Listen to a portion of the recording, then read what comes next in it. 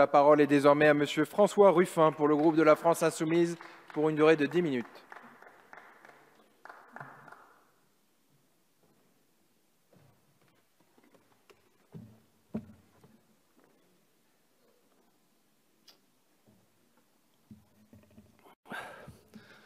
Madame la ministre, vous êtes la ministre des Sports, mais vous ne nous avez parlé que de compétitivité, de part de marché, d'attractivité, avec un raisonnement de trader. Je voudrais vous en parler autrement, humainement.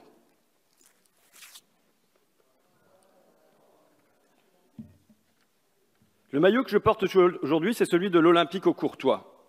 C'était le club de mon ami Antoine. Franck Erna en était le président et je l'avais rencontré à un repas de fin d'année à la salle des fêtes d'Eaucourt-sur-Somme. Vous voyez l'ambiance, je pense. Les tables étaient couvertes de nappes fluo, la sono balançait de « Et tu chantes, chantes, chantes, ce refrain qui te plaît ». Les gosses sprintaient dans les allées, rampaient sur le carrelage. Avec Antoine, on s'était réfugié dans la cuisine, derrière la buvette près du président. Je venais pour élucider ce mystère, le miracle des maillots pliés. Que je vous explique. Depuis tout petit, je joue au foot et depuis tout petit, le samedi ou le dimanche, dans les vestiaires avant le match, il y a un entraîneur qui pose une bassine sur un banc et dans la bassine, tous les shorts, les chaussettes, les maillots, lavés, pliés, rangés dans l'ordre. D'abord le 1 du gardien, le 2 de l'arrière droit, jusqu'au 12, 13, 14 des remplaçants. Alors qu'on les avait quittés crado, couverts de sueur, puant la sueur, chiffonnés. Et le week-end d'après, on les retrouve, comme j'ai dit, lavés, pliés, rangés dans l'ordre. J'ai essayé d'en causer une fois avec mes partenaires de l'association sportive du foyer rural de Rive-Mont-sur-Anque, tandis qu'on enfilait les protèges tibia. C'est quand même miraculeux, non, ces maillots qui nous arrivent lavés, pliés, rangés dans l'ordre. Je les ai interpellés. Ils n'ont pas bien pigé où philosophiquement je voulais en venir. Vérifiez plutôt sur le ballon est gonflé, ils m'ont conseillé. Alors, ce soir, derrière ces grosses lunettes et ces grosses moustaches, j'espère que Franck Erna va m'éclairer. Franck Erna avait 40 ans. Il travaillait chez Dard, un fabricant de véranda à Poix-de-Picardie. Des fois, il partait livrer en Normandie, comme ce jeudi, à Cherbourg, levé à 4 heures du matin, et ça ne l'empêche pas, le soir, de passer au stade, même vite-fait, juste une demi-heure, pour assister à l'entraînement des poussins. Parfois, il s'y rend en pantoufles, à cause de ses chaussures de sécurité qui, dans la journée, lui font mal aux pieds. Et pourquoi tous ces efforts, je lui demande? Pour les gamins, il me répond. C'est son leitmotiv, les gamins. C'est sa cause, donner le goût aux gamins. Lui veut que les gamins soient heureux. Mais ces heures de bonheur, ça se mérite. Il faut tondre la pelouse, il faut tracer les lignes, il faut faire tourner la buvette, il faut vendre des calendriers, il faut chercher des sponsors. Sa boîte, Dard, est en redressement, alors que c'est le kebab de Pont-Rémy cette année. Il faut organiser des tournois de pétanque et de jeunes et de sixte pour équiper en maillot les 140 licenciés. Justement, je rebondis, les maillots, vous les lavez comment? Ben, à la machine, il me répond. Non mais d'accord, mais c'est quoi la motivation profonde? Ben, pour qu'ils soient propres. Mon enquête piétinée. Le président paye son kir, déplie un billet de 10 de son porte-monnaie. Vous devez vous faire un paquet de pognon, je lui glisse. Hein, comment ça? Il s'étonne. Me faites pas croire que si vous servez à la buvette, si vous préparez des paellas, si vous tondez la pelouse, si vous tracez des lignes à la craie, si vous lavez, pliez, rangez les maillots, c'est pas un peu pour l'argent? Lui s'insurge, se tourne vers sa femme. Non mais t'entends, Babette? Il dit qu'on gagne des sous avec le club. Oh, on en perd, oui, se révolte la présidente. Dis-lui combien on y laisse tous les mois. 300 € peut-être que ça nous coûte, elle réplique. Avec l'essence pour conduire les équipes, avec les coûts qu'on paye aux joueurs, rien que ce soir, on avait oublié les sacs poubelles, la macédoine, eh bien on l'a acheté de notre poche. Mais les déplacements, j'insiste, sceptique, vous vous les faites rembourser? Non, et personne ici, dans tous ceux que vous voyez, dans la dizaine de dirigeants, il n'y a pas un parent, il n'y en a pas un qui a reçu un centime. Est-ce que vous commencez à comprendre mon histoire de miracle?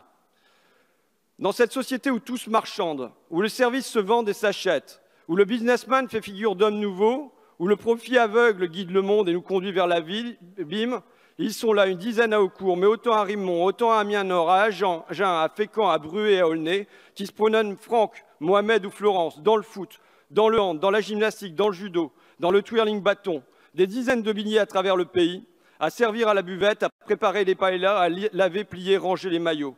Et tous ces efforts pour pas un rond. Pourquoi d'ailleurs? Pour des raisons assez floues, pas calculables. Pour les gamins, pour être ensemble aussi. Pour tenir à bout de bras des petits clubs et que le village ou le quartier existe à travers lui. Une résistance à l'argent roi, plus massive, plus quotidienne, plus souterraine que les manifs avec banderole.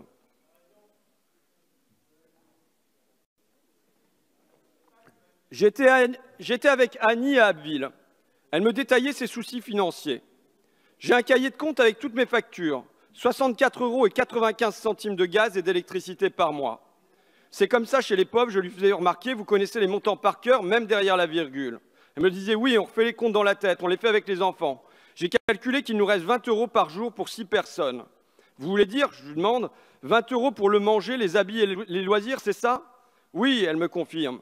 Donc, des loisirs, il n'y en a pas. Par exemple, je la questionne, vos enfants ont quoi comme activité le week-end? Et Alice de me répondre, aucune. Les jumeaux auraient bien aimé faire du football, mais c'est plus possible. Avant, on recevait une aide au niveau de la maison de quartier, ils payaient la moitié de la licence. Du coup, comme le foot c'était trop coûteux, je les ai mis au tennis de table l'an dernier, c'était que 25 €. Pour moi, chers collègues, le football, c'est le bonheur de l'enfance. Alors qu'un gosse ne puisse pas chausser des crampons et taper dans la baballe par manque d'argent de ses parents, comment l'accepter? Dans notre pays riche à milliards, vous trouvez ça normal? On va tolérer ça? Parce que je ne vous parle pas que d'un ballon, là. Je vous parle de l'envie. L'envie d'avoir envie. Pour mes enfants, je n'aspire qu'à une chose, qu'ils soient passionnés d'un truc, n'importe quoi, jouer au foot, réparer des mobylettes, chercher des fossiles, faire du karaoké, dessiner des Mickey, n'importe quoi, mais que nos enfants nourrissent une envie, une passion, et on les sauvera. Qu'ils se sentent bons à quelque chose. C'est le drame que trop souvent j'entrevois, sous l'abribus d'un village ou au bas des tours d'un quartier.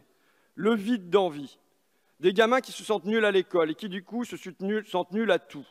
Pas faits pour la vie, qui se replient sur eux-mêmes, qui se désespèrent, oui, qui se désespèrent à 13 ans, à 15 ans, à 17 ans. Chez eux, la résignation a déjà fait son nid. Un gigantesque à quoi bon? Le sport, parfois, peut combattre ça.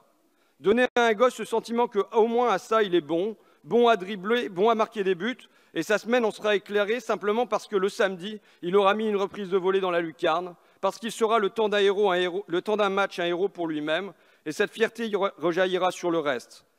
Le football n'en détient pas le monopole, bien sûr. Cette fierté, il l'attirera du théâtre peut-être, de faire rire ses copains sur les planches ou d'une trompette parce qu'il jouera dans la fanfare de sa ville. Qu'importe, mais ce qu'il faut trouver. Pour chaque jeune, il faut trouver un truc, un petit truc, qui fasse rejaillir la fierté sur le reste. Voilà, Madame la Ministre, après quelle médaille d'or nous devons courir? Nous en sommes loin, très loin. Le budget consacré au sport amateur est dérisoire, infime, comparé aux milliards déversés sur l'élite. J'ai vérifié hier soir sur Internet, le budget de la Ligue professionnelle de football s'élève à 850 millions d'euros contre 214 millions pour la Fédération française. Autrement dit, en France, 4 fois plus d'argent est dépensé pour les 40 clubs pro et leurs 1650 joueurs que pour les 2,1 millions d'amateurs et les milliers de clubs.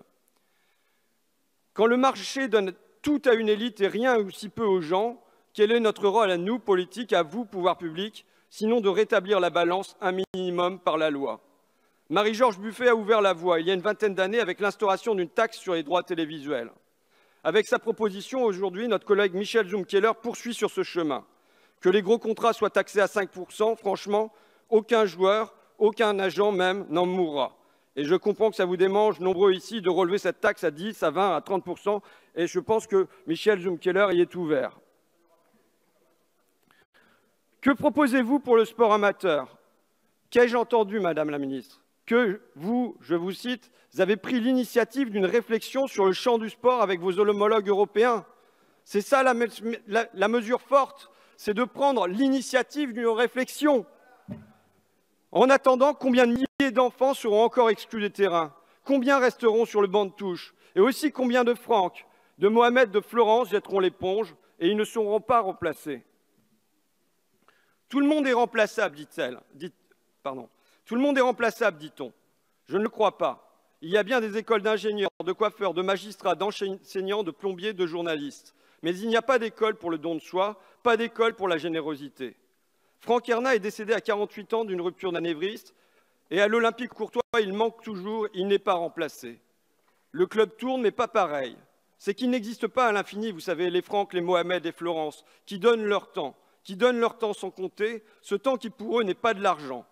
Ils sont précieux, alors aidons-les, offrons-leur un coup de pouce, qu'à nos enfants, ils continuent à leur donner l'envie d'avoir envie et qu'on allume leur vie. Je vous remercie.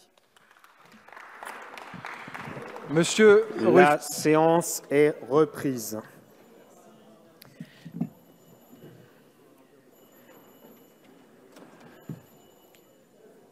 Mes Mes chers collègues, suite à un incident qui s'est produit en fin de séance ce matin et qui a été signalé de façon claire et explicite par le président de séance à ce moment-là, notre collègue Hugues Rançon, à la suite de l'intervention de François Ruffin, qui était à la tribune et qui a donc arboré un maillot de football, qui n'est pas vraiment la tenue d'un débat parlementaire.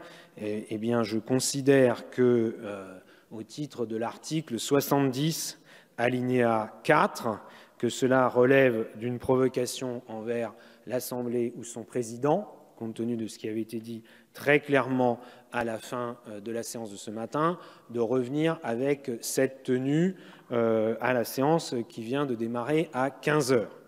Et donc, au titre de l'article 72, alinéa 2, je prononce un rappel à l'ordre à l'égard de François Ruffin avec inscription au procès verbal. Et je précise d'entrée de jeu que le collègue concerné, s'il le souhaite, pourra contester cette décision devant le bureau de notre Assemblée, comme c'est la règle. Et il se trouve par ailleurs que le bureau de notre Assemblée se réunit le 20 décembre prochain et pourra donc étudier toute requête en la matière. Monsieur Ruffin, vous avez la parole pour un rappel au règlement, j'imagine. Article 58.1. Oui, le président de séance a qualifié ma tenue d'indigne et d'irrespectueuse.